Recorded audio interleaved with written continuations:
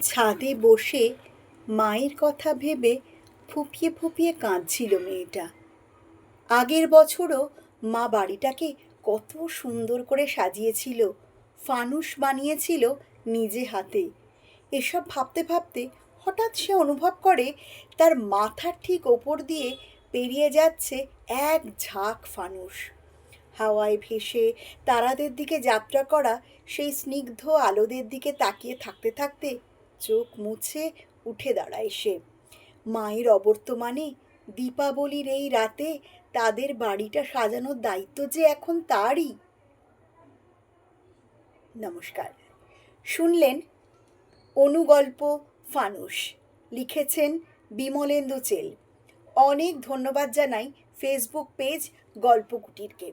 যদি ভালো লেগে থাকে অবশ্যই লাইক, শেয়ার এবং সাবস্ক্রাইব করে পাশে থাকবেন।